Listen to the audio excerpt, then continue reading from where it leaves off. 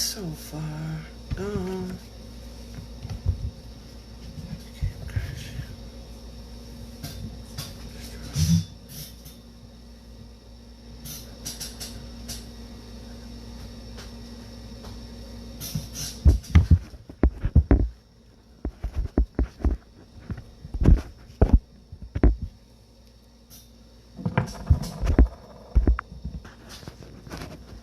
Hello. So let's pray in. So Father God, just keep us here and present. Separate us from everything that we're thinking about, anything outside of what we're doing here, and give us the ability to concentrate and focus on you.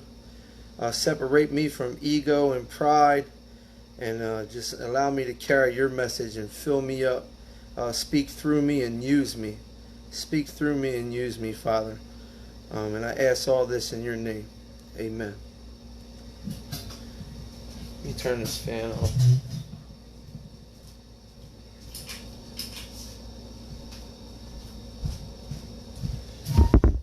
So, if you have a pen and paper, you might want to grab it real quick. So just grab a pen and paper real fast. We're embarking on this journey of the ninth step, man. So we've been going over everything, and it's cool because, like, pretty much, remember I was saying before how 8 of the 12 steps come from inventory. So we took almost 55 pages, including the doctor's opinion, for a first step because it's extremely important. And then a second step, and then a third step made a decision, right? And it's kind of like we did a fourth step, right? We did some inventory. Sixth step, I'm like asking God, like, yo, man, I got these character defects and stuff like that. And seventh step, I'm asking them to remove it. You know, so it's kind of like a three-piece all the way through. It's like I'm willing to let go of this stuff. I don't want to be this guy no more. So we went over 6, 7, and 8. We already have a list, as we talked about. The list is already complete. And sorry.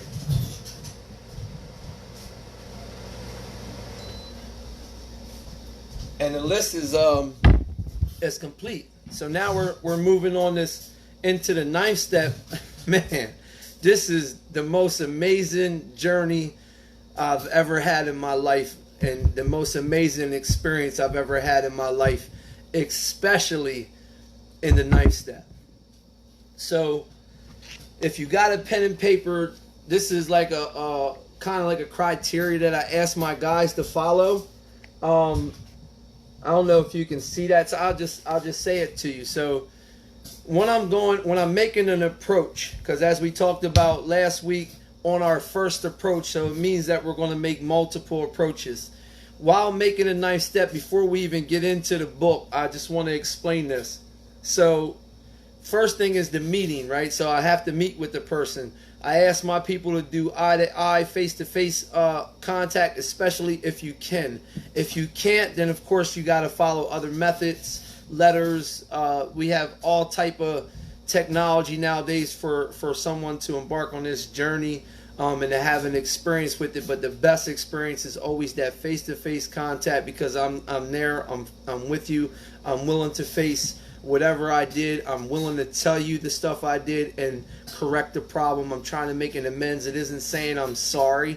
It's it doesn't fit the bill, as we'll talk about as we go on. But I have to be willing to correct the problem. How can I make this right? So in a meeting, you got a couple different things.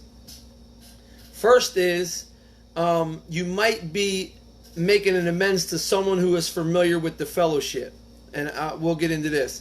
The first thing I do is I ask someone, "Hey, man, can we talk, man? I got some stuff." And people are going to ask. They ask you, what is this about?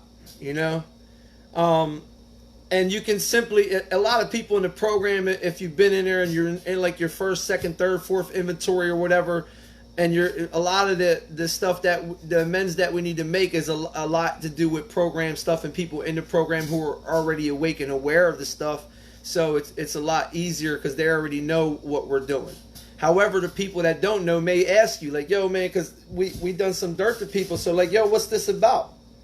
You know, and all I'm simply saying, and I got it right here, I'm setting a time that is convenient for them. So I'm saying, hey, can we meet? And he might say, what is this about? And I say, well, I did some inventory on my life, and you came up as a person that I may have harmed. So I'm setting a time that is convenient for them, not me. I'm setting a time that's convenient for them. So I'm like, hey, man, can we meet? And they say, yeah, we can meet Monday at 1 o'clock in the morning. I get off.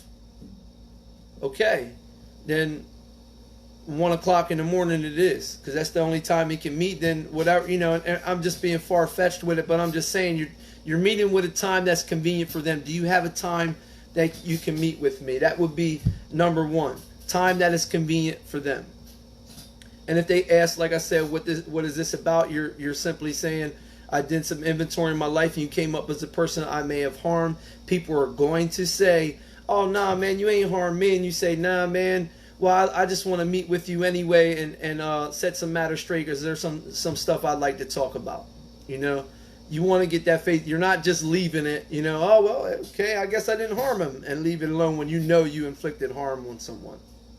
2, I list the harms. So when we meet and we talk, I'm opening the conversation, I'm being inviting, and then I list the harms, all the harms. You're praying on each questionable matter, as we already talked about in the 4th step. So it's like, well, there's all these different scenarios that people will come, well, what if this or what if that? And it's like, I'm asking God, I'm praying in each questionable situation I'm going through with it. What if they don't know some of the stuff? Okay, well, what if they do know that happened to them, or something, you stole something from someone and you're not owning up to it, yet he thinks little Timmy down the street did it. So he has this resentment towards little Timmy. So it might be in your best interest to let him know, yeah, man, oh, remember that money stuff that he don't know or she don't know, and say, yeah, I took that too. You know, that's just my thing. I'm asking God, like, I'll give you an example. I had this lock. I broke this lock. Me and Crystal was still alive. We were parked in the church parking lot. I wasn't allowed to stay at my mom's. I stayed in the church parking lot, and this guy I thought had dirt bikes, and that's my plan was, I'm gonna get us some dirt bikes and we gonna skate back to Florida, because like you can drive them on the street, and I'm a junkie for dirt bikes. So I go into this guy, go get my dad's. I steal my dad's bolt cutters. I go to this guy's trailer. I pop the trailer that's parked outside of his house, because I know there's dirt bikes in there. I pop the lock of the trailer. I open it up. There's nothing in there. There's no dirt bikes anyway. There wasn't any dirt bikes. So check God out, right? A couple years later, been through inventory, doing the deal. I'm back home. I'm visiting. And my girlfriend at the time pulled up to that house. She pulled up to that house out of every other place. She pulled up to that house, and I had a conversation with her, and I said, I owe these people an amends. And she said, I don't know if that's a good idea. And I was like, I popped the lock. And we're talking about something simple. So I'm asking God, but I didn't ask God in that questionable matter. What I did was I asked my sponsor at the time, and he said, I don't know about that, Matt. And then I called my brother, and I asked my brother, and he was like, you know, you might want to leave that alone. Today, I feel differently. So I will, the next time I'm home, when I go past there and it comes to mind, I will stop by there. Because I want to go there and it's a lock, and who knows, he might be blaming his son's friend or something like that for breaking his lock, and he might just have somebody else in mind that did that, and it was me. And I want to go and I'll pay the guy extra money for the lock, right? Which is meet with him, you know, maybe knock on the door, whatever, meet with a time that's convenient for him, let him know the harms. If he punches me in the face, then cool, man, I get punched in the face, man, here, take the money, I'm going, man, I did it, why not, you know? And it's a lock. I didn't steal anything on that occasion. So, you know, I'm setting the times convenient for them, and I'm listing the harms. I'm making sure I know each questionable situation. I'm asking God for guidance, you know, and he'll let you know. And especially if another approach comes. I have to say on we got a harms list that we did in the 4-step. We also got like our 4-step inventory. So we got all these people that we need to make an amends to. And there's going to be people that aren't on your list that you forgot about that are going to pop up. All of a sudden, you're going to see them as you're on this journey. You're going to see them at the supermarket. You ain't seen them in 20 years. All of a sudden, bam, he's at the supermarket. Dawn, my kind of like my sister, and I seen her at the supermarket. And when my brother got murdered, I didn't show up. You know, I didn't show up. And then I seen her, and I kept feeling it, and I kept trying to make approaches and go to the place that she worked because I had no other way of contacting her. Then I ended up going to her place of business, and I seen her, and she just broke, and I broke. Man, we just like, man, you know, and that was like my last time home. And we just like held each other for a while, and I was just like, I'm sorry, you know, I'm sorry. And what can I do? What can I do? So I list the harms. I stole your stuff, you know, and I'm not just saying, hey, man, I'm sorry. I list all the harms. This is the stuff I did to you, and I owe you an amends, and I want to make this situation right. And then I'm going to ask, number 3, did I leave anything out? Is there anything I left out? Some people are going to tell you. I had my friend Gerard, you know, and I made an amends to him. We went to, it's crazy because I seen homegirl today while we were at a meeting at a park. So we're at this meeting, and we're going to a different fellowship's world convention. And he's driving while I'm driving his car, pumped the car up with gas. We're about to bounce, right? And you know, I got to the place, and when we got there, we're listening to like my music, right? My spiritual music, I'll say, Christian music, and I'm listening to that stuff, and you know, the whole way up there, and we were having fun. I brought my boy with me that he didn't even know. We go get a motel, and the first thing I do is I get a girl, you know. First thing I do, I get a girl for, you know, and talk to a girl. I liked her. Boom, we start talking or whatever. And I'm like, yo, I'm going to bring homegirl to the room. And he's like, no, you ain't. And now I cop this resentment. Check this out. I'm like, what do you mean? I paid for the room too. So he said no. I said, okay, cool. I went and got my own room, left him, left my boy who was with me, left him with my other friend that he didn't even know, and went and shacked up with this girl for the weekend. And it was just like I was mad at him. So then I go, and I got the nerve to, I didn't notice at the time, I was resentful. I'm like, yo, he owes me money. I want my money back for the room because I ain't even stay there. So I say, hey, I need my money back for the room. He says, yo, bro, I ain't giving you no money back. So then I threatened him, physically threatened him in front of probably 60, 70,000 people, making a scene. All these people are sitting down waiting for a meeting to start, and I'm threatening this dude like, give me my money or come outside. Like, the most ridiculous stuff. And this is my friend. This is my friend. He gives me $40. I leave, and I've been holding on to this. I seen him after that. I'm like, yo, don't say nothing to me. Going through inventory, I realized the harm I caused. So I go in, and I set a time that's convenient for him. I meet with him down the street. We meet. I'm like, yo, man, and this is exactly how it went. I said, yo, man, he said, what's this about? And I said, you came up as a person I may have harmed in my personal inventory. And he said, nah, man, you ain't harmed me. I said, yeah, man, but I did. And I listed the harms. I was like, man, I freaking had your car. I bounced on you. I threatened you in front of all these people, right? Then I said, did I leave anything out?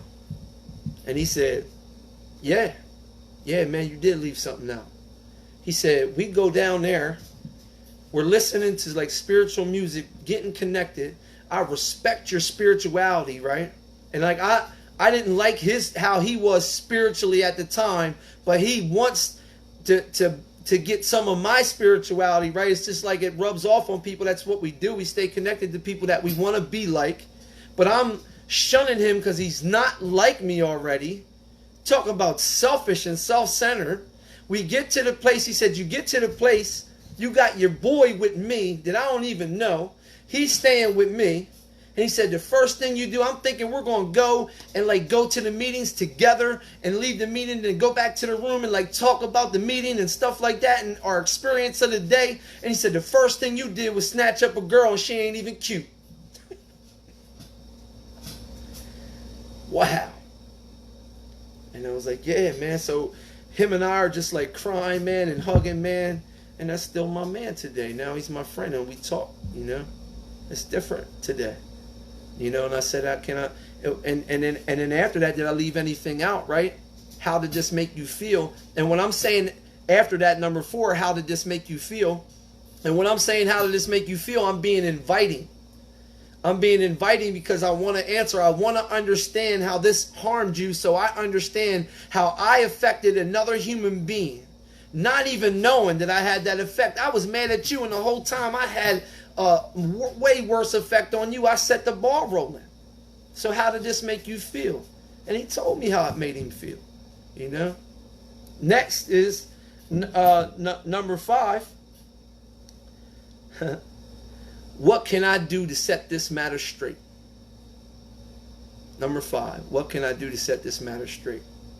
So it's like, I'm like, yo, man, I want to give you the money back that you gave me for the room. And he's like, nah, man, I don't want that, you know. And I'm like, yeah, man, I want to give you the money, you know. He wouldn't take the money. We left it at that, you know. But I came with money in hand. I already knew what was going on, and I at least had some idea of how I was going to try to set this matter straight financially anyway, you know. And now I have an amazing relationship with that man today. And it's been like that with everyone. So this is the criteria that I like to follow. And it's a great criteria. And it just allows you to see, you know, how to present yourself and how to conduct yourself. And, of course, how to make the approach. You know, it's not I'm a sorry thing. So if we get that, let's continue. Page 76, bottom of the page. We'll just go over this again real fast and let's go. Probably 76, bottom paragraph. And you can even write next to that bottom paragraph, beginning the 9th step. Probably there were some misgivings. We had all these pages on the first step, yet in one chapter, step 4, step 5, 6, 7, 8, 9, 10, and 11. 7 steps in this chapter that we're going to go over, and pretty thoroughly at that, you know. So it's not this huge, oh my gosh, you see this big book. There's only really, with working with others, 103 pages, man, to get the work done. And then of course you got the advanced chapters and work, which are amazing, but how you get what I'm saying. 8 of the 12 steps came from inventory. This is all from inventory. I already have a list. This is just action stuff. I have to take action. I got to go set these matters straight. There is no more writing, right? I need to go and set these matters straight. Probably there are still some misgivings. As we look over the list of business acquaintances and friends we have hurt, we may feel diffident, shy or modest about going to some of them on a spiritual basis. Let us be, I'm not like, yo, man, I found God. That's why. Yo, why you want to meet? I found God, you know? It's like, nah, man, you came up as a person I may have harmed. I'm coming there to set matters straight. I'm not coming there telling you that I found God and here's how. You know, if it comes up, cool, but your spirit will let you know when you're in the mix and you're there, and he'll ask questions and you'll know how to answer them because it's you, you know? You're just being open and honest with the whole thing. Let us be reassured. To some people, we need not and probably should not emphasize the spiritual feature on our first approach. As we discussed last week, that must mean there's going to be multiple approaches. And of course there is.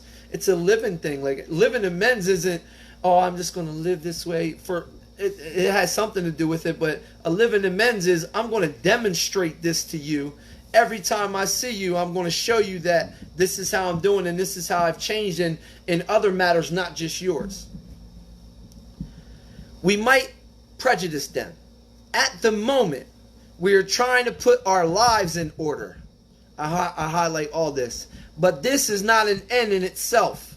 Our real purpose, this is our real purpose now. And after doing inventory and I'm having this experience and I want to set matters straight, something is happening in my life. I had a 5th step experience. I understand 6 and 7. I'm ready to go and handle this. Our real purpose, this is so important. Our real purpose is to fit ourselves to be of maximum service to God and the people about us. I'm being maximum service to God and to my fellow man. We already made a decision in the 3rd step. Yo, man, this is your life. It's all you, bro. And then again in the 7th step, you know.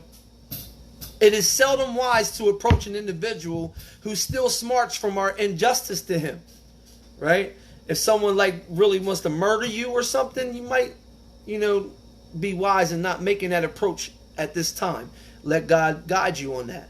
Who still smarts from our injustice to him and announce that we have gone religious, right? So I'm not going to go to someone and as someone who still is mad at me about my injustice to him, right? Or the things that I did to him and say, yeah, man, I found God, you know? I'm just going there and making an approach and setting matters straight. In the prize ring, this will be called leading with the chin. Why lay ourselves open to being branded fanatics or religious bores? We may kill a future opportunity to carry a beneficial message.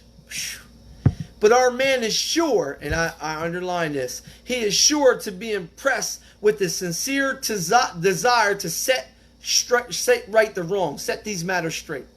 He is going to be more interested in a demonstration. We're going to use this word a lot in this step. Demonstration of goodwill than our talk of spiritual discoveries. We ain't talking about some spiritual stuff now. It's a demonstration. It's how I live. I'm showing you. I'm like, this is how I live today. Do you want to go out? A demonstration, not a verbalization. We don't use this as an excuse for shying away from the subject of God.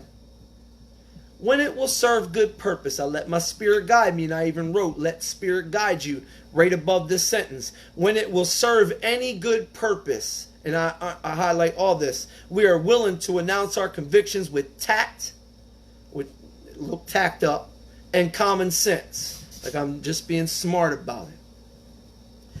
The question of how to approach the man we hated will arise. This is for this particular part of the 9th step is for the person in your inventory. Hey, look at the little ant.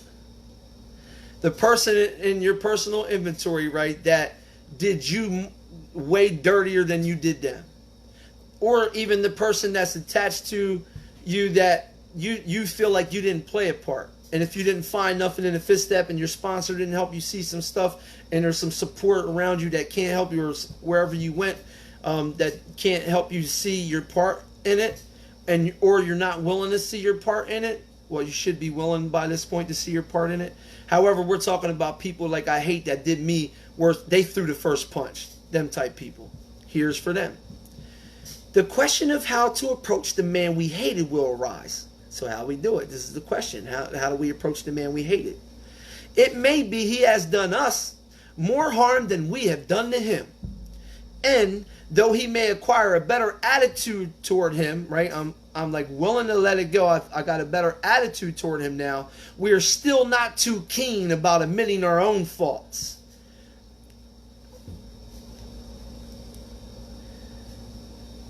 The justice system.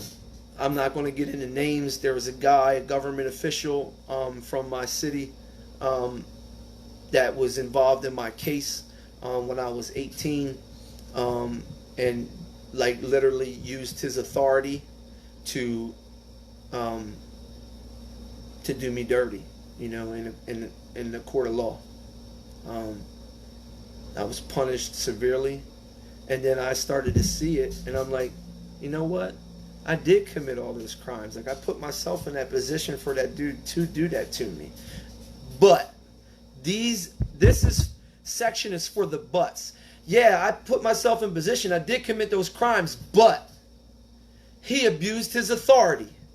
And he's a man of status and government. He's not supposed to do that. But, and I brought this to my brother's attention. He said, but what, man? And I said, but he said, okay. How about when we were locked up and I was in a pod on the other side of the prison and you sent a message through the CO to tell me you love me and good night? I was like, yeah. He said, how can anybody do that in the prison? I said, no. And I'm thinking, okay, it's because of all the years I spent in prison. I'm not looking at it as a status. I'm looking at it as, my relationships with people. But I didn't have no relation. I was just a known inmate. I've been there all my years, and I was like a dude in jail, the man in jail. And I was like, yeah. So he said, did you ever have anyone in your cell that you wanted to get out and get someone that you knew in? And I'm like, yeah. And he says, so you did the same thing. You abused your authority. And I'm like, wow. And it really got me to take a look at it. And I'm like, I did. I did the same thing he did to me. But I wasn't willing to look at it. So, too keen about admitting his faults. Nevertheless, I didn't want to admit I was willing to admit some of it, but not all my faults. Now I even want to make amends to him.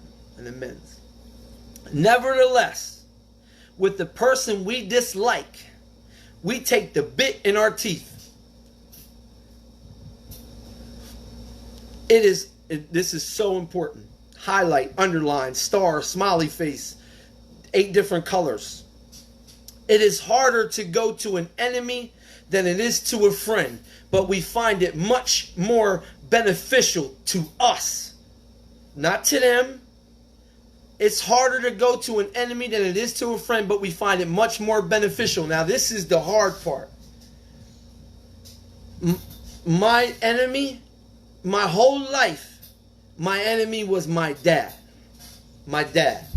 100%. Top of the list. You tell me, yo, make a list of resentments. Boom, dad. From the door, dad.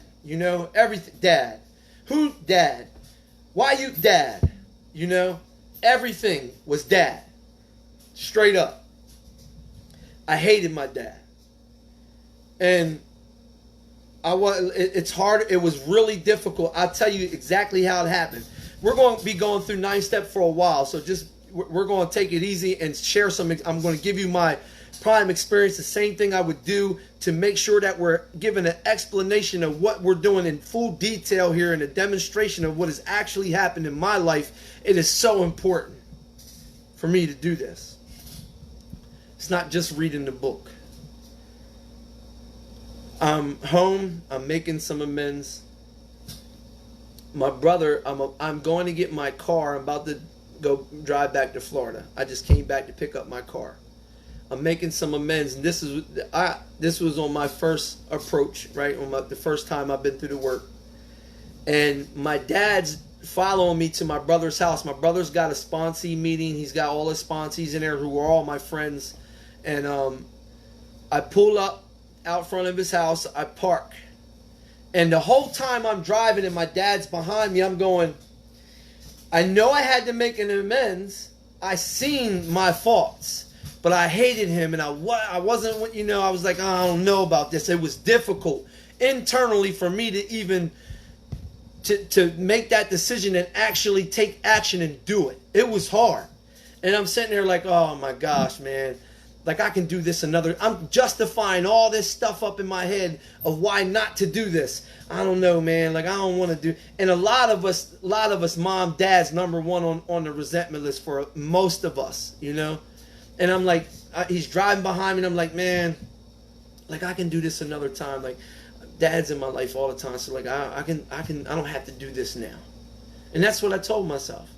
I kept trying to convince myself not to do this, which is what you will do, especially in your first inventory. We'll try to convince ourselves on why not to do it and why we are right and they are wrong and why it's not the good time or whatever. We'll come up with all type of excuses. Be careful of that because this thing is trying not to get you to have an experience. So I pull up, I park my car out in front of my brother's house. My dad pulls up in his van And he comes straight to my car, lifts my hood up, and starts messing with my car, checking my fluids. I'm about to go to Florida, and he's worrying about my car. Still worrying about me. And like, God just spoke to me, man, you know, and the Spirit guided me. And I was sitting there, and I'm looking at my dad messing with my car, and like he's just not looking or whatever, and he's playing with the stuff. And I said, Dad, do you got a minute? And he said, yeah, what's up? While he's playing with the car. And like, Pop, you know, I've been, and I just started listing the harms, man. My Spirit guided me, and I just started listing the harms. I've been irresponsible my whole life. Every time I went to prison, like I expected you to take care of me. I destroyed your home. I had women in your home. I sold drugs and got high in your house. I had police come to your house all the time. I would always call you when I needed help, and that was it. I stole all your stuff. I yelled at you. I threatened your life. I always thought you were wrong, and I knew everything. And I'm just like listing the harms. Man. I'm just listing the harms, man, and what I did to my dad, man. Like he been paid, man. He paid 1,000-fold for what I thought he did to me. And like I already told you how I was wrong in my 4-step, and so I'm sitting there talking to my dad, and my dad's crying, and I'm crying, and we're just like sitting there, and I was like, did I leave anything out? You know? I was like, do you have anything to ask me? You know, does it, like, if he asked me at that moment, like, did you take this? Yes, man, that was me too, you know? Like, is there anything I left out? Anything you want to know about, you know? How did this make you feel? You know, which I didn't ask him because this was my first inventory, and I didn't have this forum. And I was like, man, like,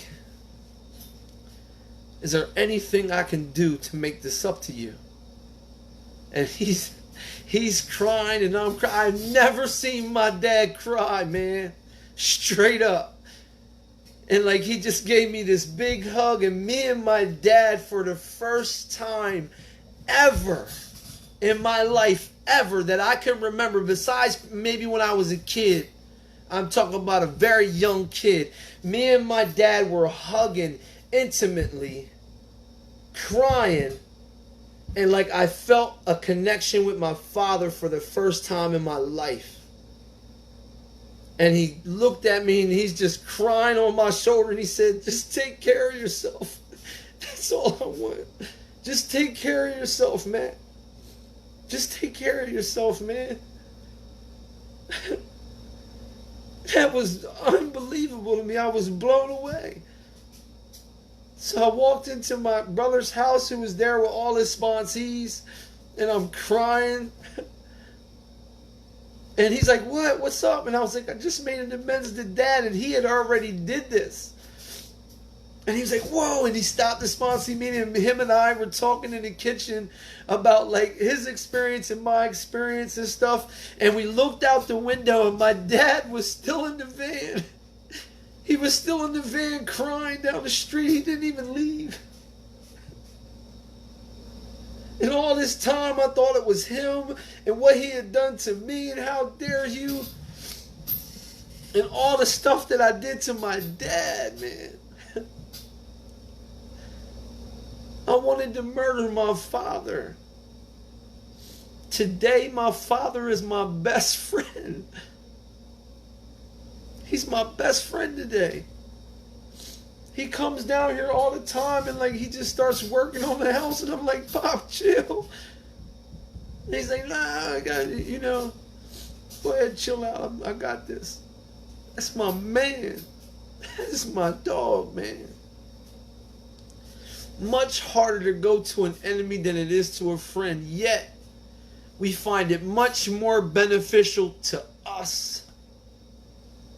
You don't have any idea the freedom that we receive, that you will receive, that I have received by doing that. Taking the bit in my teeth and just letting it go, man. I'm done.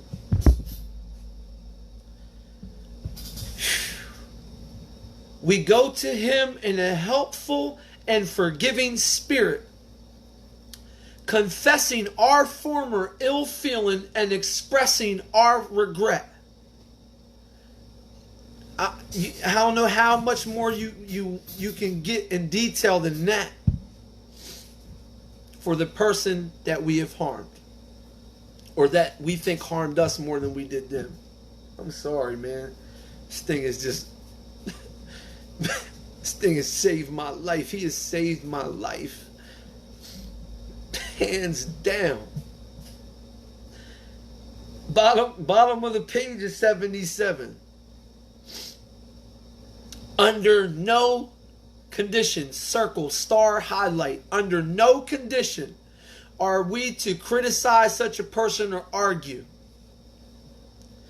It ain't, yeah, man, I did this to you, but it was because of, and you were acting like. None of that. I'm listing my harms. It's my inventory, not the other man's. I'm going listing my harms and setting these matters straight for what I did. Doesn't matter what they did. I'm not criticizing, judging, or arguing with another person. That is very important.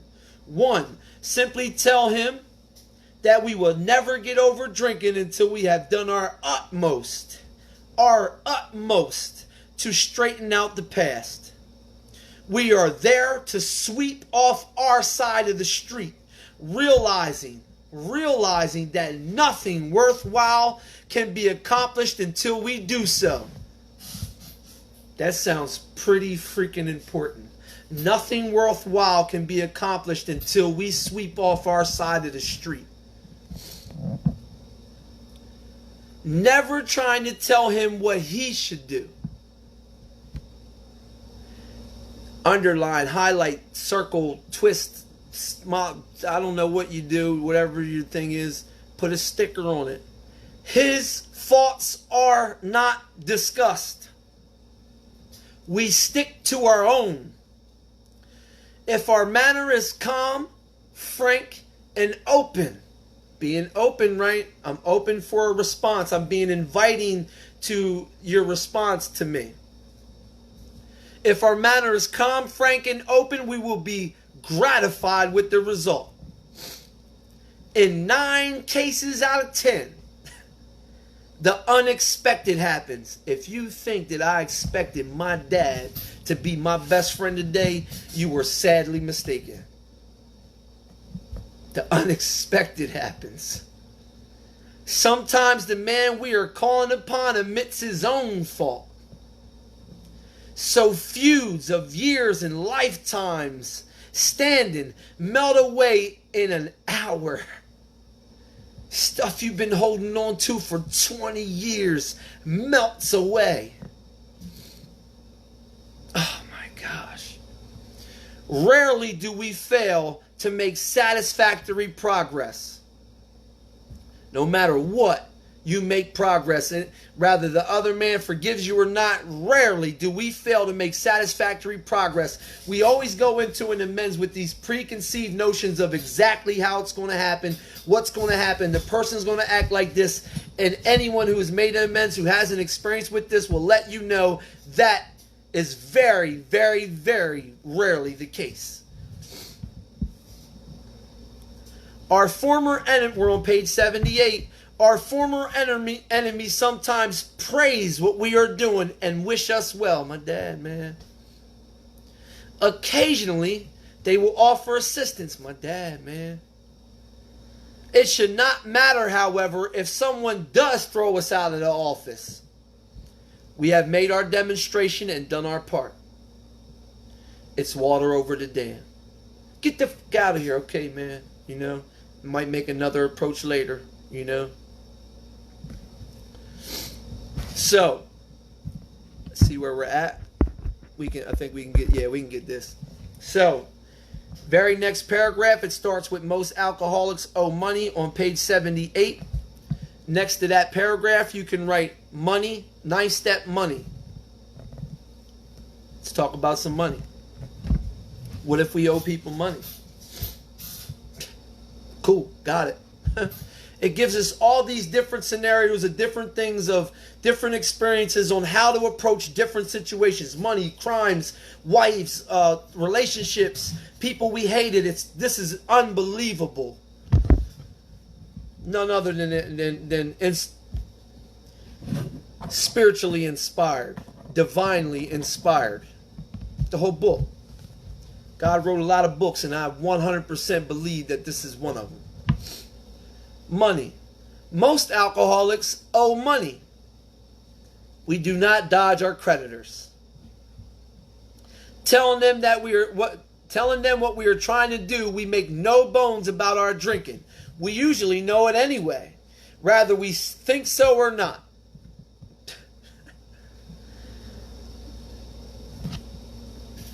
They already know why you owe them money, for the most part. Just look at your own experience. I know now. I didn't know it then. I thought I was hiding stuff, and Mr.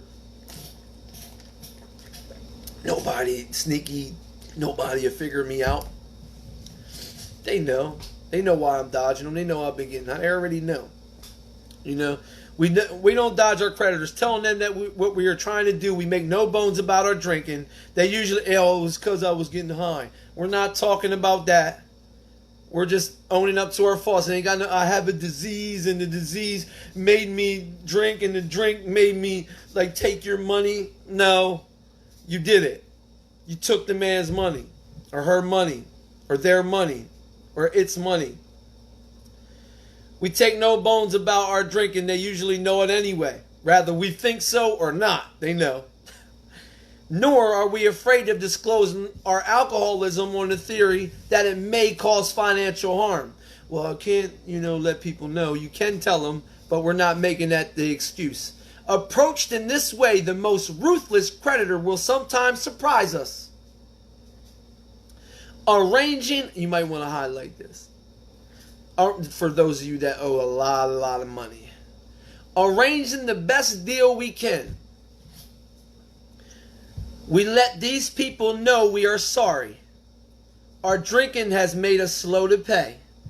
We must lose our fear of creditors no matter how far we have to go, for we are liable to drink if we are afraid to face them. I'm not afraid to face nothing. Yo, man. How much money I owe you? I'm trying to make the best. You owe me $2,500, bro. Yo, like, I got $1,000, man. How about we do $1,000? I do like 4 payments of $250 a week, man, or something like that. Because I don't even have 1,000. But can you agree to that? Yeah, man. Cool. That's it. And I'm making it. And you never know what that's going to cause, and how that stuff affects other people, and how other people see the demonstration through you and start demonstrating. Oh, man. It's amazing. So, next. Let's see where we at. I'll give you one on money. My mom, we already talked about that. My cousin. I won't get into names. So, I wrecked my cousin's van, through a telephone pole, because I was up for 5 days. He gave me a job. He was taking care of me, doing me right. I started getting high. I stole all the copper out of the back because I was doing some pipe fitting stuff. I put diesel fuel in the van. I destroyed it. I literally wrecked it through a telephone pole. I don't know how I got out of that without a ticket, but I did. And he's yelling at me, "Mother, you need to get some sleep." And I was like, I'm screaming at my cousin, F you, man. Like, I was asleep. I've been up for like 5 days. Man, what are you talking about? And I'm cussing him out and threatening him. So I call him. I make the approach. Time is convenient. He wanted to stay on the phone. He didn't want to meet. He didn't have time to meet. So I did. I stayed on the phone, and I tried to make several approaches. None to no avail, but I will make another approach when I see him. And I said, "Yo, man, You came up as a person I may have harmed. And he said, nah, man, you ain't harmed me, man. And I said, Eddie, and I started listening to harms. I wrecked your freaking van through a telephone pole. I put diesel fuel in the state body. I stole all the stuff that he didn't know about. I don't think he knew I was taking copper out the back. I told him about that. I told him all the stuff that I did, listed the harms, and said, yeah, man. And I want to set these matters straight. And he said, man, don't worry about it, Matt. Like, insurance paid for that. And I said, nah, Eddie, I'd like to set a price, man, and pay you that. Like, let's come out with a number, and like, I want to pay you that money. You know, and I've been fortunate in this area where people are like, cool, man, just let it. I'm cool with it, man. I love you. You know, I'm happy you're doing what you're doing. Just do that. I guess as the knife step is the further down the scale, no matter how far down the scale you have been, right? I've been pretty far down the scale. Let me just say this. I don't know if this makes any difference, but I will say that maybe it's because everybody chalked me up to not even be alive, let alone clean, sober, and like doing God's work and like being a productive person. Never has anyone thought that about me.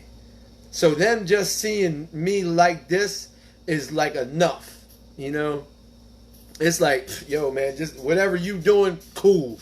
Do that, you know. I don't want to lock my doors no more, you know. Page 78, bottom of the page, we're going to cover.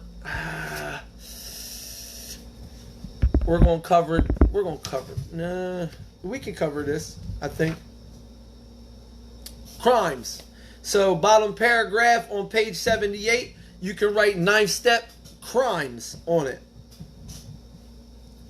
Perhaps we have committed a criminal offense, which might land us in jail if it were known to the authorities. I have to say I have a lot of these. We may be short in our accounts and unable to make good. That's the honest to God truth. There's stuff that I just can't make good, you know. We have already admitted this in confidence to another person, which I have. Lots of people just admitted it to you, just not the exact scenario to you. But we are sure we would be in prison or lose our job if it were known. Maybe it's only a petty offense, such as padding an expense account. Most of us have done that sort of thing. We stole money from the cash register. I used to rob cars, all that stuff, right? Committed lots of crimes. Me and my brother were talking about there's a house down the street from me that I stole their vehicle that I do want to make an amends to them, but I don't even know if they live there anymore. But I did. I took their car. I did tell my dad about that too, and being in the newspapers and embarrassing him in front of the neighbors and all that stuff when I was making my amends. All the stuff I did, you know. Maybe we are divorced and have remarried. Top of page 79. This is also crimes and divorce stuff. Maybe we are divorced and have remarried but haven't kept alimony to number one. She is indignant about it and has a warrant out for our arrest. That's a common form of trouble too. It's a common form of trouble with us, you know. Child support, babies' mamas, stuff like that, wives, you know. Although these reparations take innumerable forms, there are some general principles, so they're going to give us some general principles on how to deal with it. There are some general principles which we find guiding, reminding ourselves that we have decided to go to any lengths to have a spiritual experience. Remember, I'm looking for that. That's what I'm here for. I want to feel like that guy feels, or you feel, and they feel. We asked that we be given strength, and we ask, what's that mean? We pray. We ask that we be given strength and direction to do the right thing, no matter what the personal consequences may be. Underline, highlight, we may lose our position or reputation or face jail, but we are willing. We have to be. We must not shrink at anything. People are going to try to use this in a way that they want to use it for anything, but we're discussing divorced, alimony, child support stuff right here. We discussed We're talking about pet. Remember on the bottom, let's look real fast, go back to 78. Maybe we only committed a petty offense. Okay, so we're talking about petty offenses. Like, I'm not going to man up and say, I'm not willing to shrink at anything. I'm going to go to jail and make my mother freaking depressed that I'm in prison for the rest of my life and not be there for my kids, or be able to, and that is harming others, even though it is, I'm not part of others, but others are, and me going to jail for the rest of my life or for very long, extensive periods of time is not going to be beneficial to me carrying a message. Maybe I can do it in jail, however far-fetched, and it's not going to be beneficial to me, my family out here, my parents. It's going to be horrible. So we're talking about petty expenses, divorce, and stuff like that in this section. You can hit me on Facebook if you want to discuss it further. Although these reparations are taking innumerable forms of how we done petty little crimes and owe little money to people, and they might have a warrant for our arrest because, like, I ain't paid alimony or child support. Like, this is stuff you had. If you got to be willing to go to jail for that, like, what are you going to run? If you owe child support, there ain't no running from that anyway. There's no running from child support or alimony court stuff where you owe money. They might put you in jail, but what choice did you got? You know, you have to go and face that, because you, other than that, you'd be running for the rest of your life and not paying anybody. It's cool, though. They give us a good experience here on how to deal with stuff like that. We may lose our position. We must not be willing to shrink at anything. I highlight and underline that. And mind you, we just explained what that's about. Cool, I ain't going to keep digging in. Usually, however, other people are involved. Therefore, we are not to be hasty and foolish martyr who would needlessly sacrifice others to save himself from an alcoholic pit. Yo, yeah, man, I want to make an amends to you. Me and Johnny robbed you. I ain't got no business putting Johnny in the picture. Needless sacrifice others to save himself from an alcoholic pit. Well, it was because of him or whatever. A man we know had remarried. Because of resentment and drinking, he had not paid alimony to his first wife. She was furious. She went to court and got an order for his arrest. This is a live experience, a real live experience they're giving us. He had commenced our way of life, right? He's starting to do this work. He's living this life. He's demonstrating. He's making his amends, right? And he's getting his head above. He secured a position. Is getting his head above water. He's getting back on his feet. It would have been impressive heroics if he were to walk up to the judge and say, yo, here I am. Which is like, when you're doing stuff like this is the only way to approach it, to not go to jail. What other way, you tell me, what other way you can approach child support than this? We thought, bottom of 79, last paragraph, we thought he ought to be willing to do that if necessary. Yeah, man, you might have to go to jail and, like, do your time so you can pay this alimony or whatever, bro. But if he were in jail, he couldn't provide for neither family. We suggested he write this is the suggestion, right? I'm asking for guidance in each questionable situation. We suggested he write his first wife admitting his faults, listing the harms, and asking forgiveness. He did. And also, he sent a small amount of money, what he could. He told her what he would try to do in the future. He said he was perfectly willing to go to jail if she insisted. What choice did he have? Of course she did not. And the whole situation has long since been adjusted. They just want the money, man. You know? Like, yo, but you got kids, like, take care of your kids, man. You know? And that's all she's saying. And I can make good through that. I don't know how the court system is. I've never been through this child support thing or anything like that. However, I'm sure, like, that you could probably handle something like this, and I don't know if the court makes them do. I don't know how that goes. So nowadays it could be a little different, but this is a great experience on how to do that.